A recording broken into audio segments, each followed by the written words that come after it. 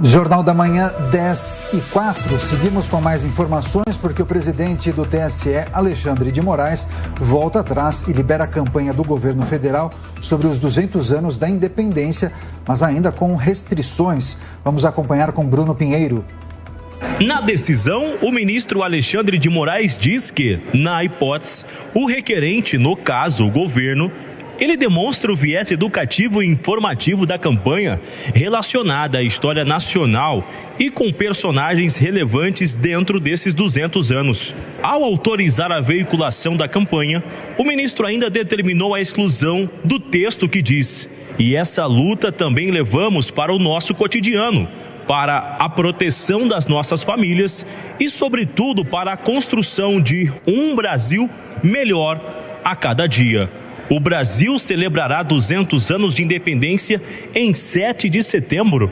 As comemorações incluíram até o momento a chegada do coração de Dom Pedro I. Apesar de rever parte da decisão, Alexandre de Moraes decidiu vetar o slogan da campanha que dizia "O futuro escrito em verde e amarelo".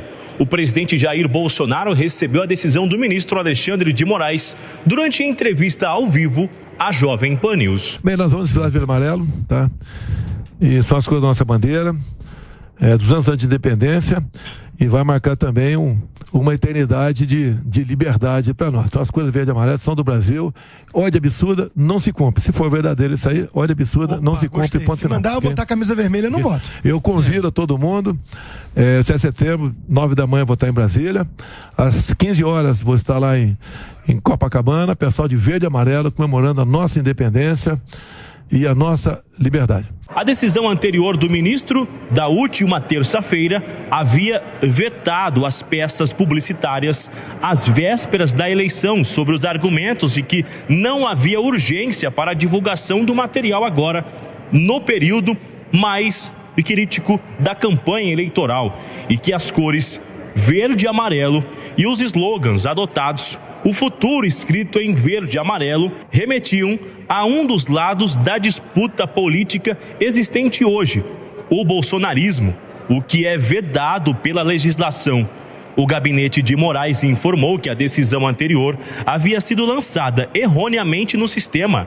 A campanha autorizada será vinculada até o dia 10 de setembro.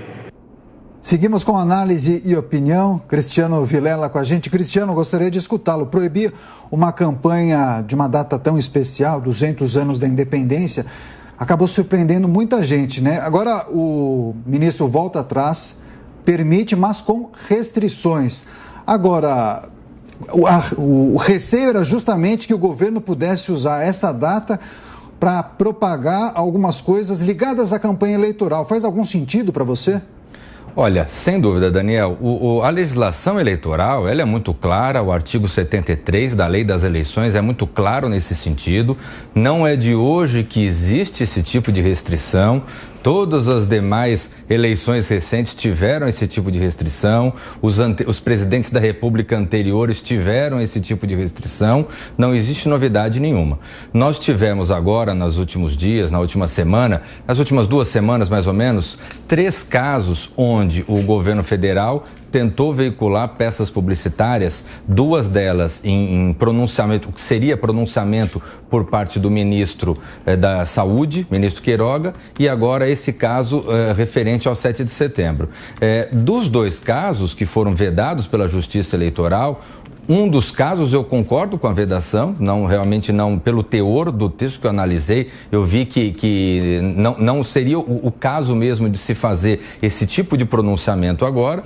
Num segundo caso, eu realmente concordei com as críticas e discordei da Justiça Eleitoral, realmente não vi nada que extrapolasse. E agora, nesse caso do 7 de setembro, novamente concordo com a Justiça Eleitoral. Entendo que realmente o texto inicial poderia ser interpretado como algum tipo de alusão, e o artigo 73 da Lei das Eleições, ele visa justamente que o uso da máquina pública não seja utilizado em benefício de um candidato. Agora, com esses pequenos pequenos ajustes, vejo que a propaganda pode seguir normalmente em comemoração a uma data festiva da independência do Brasil. O Mota, Alexandre de Moraes reviu a decisão e voltou atrás, fez bem nesse sentido. Nesse ano a gente acompanhou até uma juíza querendo proibir o uso da bandeira do Brasil, não é? Afinal de contas, esse verde e amarelo é do país ou é do Bolsonaro?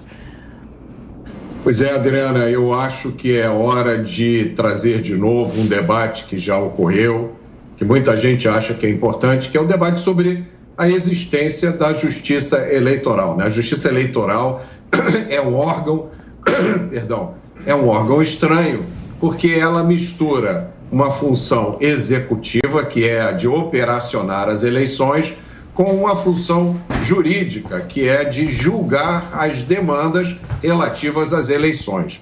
É uma coisa que, me dizem os especialistas, não existe em nenhum outro lugar do mundo. Para complicar ainda mais essa receita, a Justiça Eleitoral tem um órgão máximo, que é o TSE, que é dirigido por ministros do STF, que se encontram neste momento desempenhando o que muita gente descreve como papéis políticos na própria disputa eleitoral. Então, talvez seja a hora do país parar e pensar se não é melhor ter um órgão que cuide das eleições, né, um órgão separado, que não tenha nada a ver com o judiciário, como acontece na maioria dos países. Esse órgão, inclusive, pode ser estadual, como acontece nos Estados Unidos, onde cada estado cuida da sua própria eleição, né? E as demandas jurídicas resultantes das eleições que sejam julgadas pela justiça comum e que acabe este protagonismo político, midiático, de entidades que deveriam simplesmente trabalhar como apoio a quem realmente protagoniza o processo político, que são os candidatos.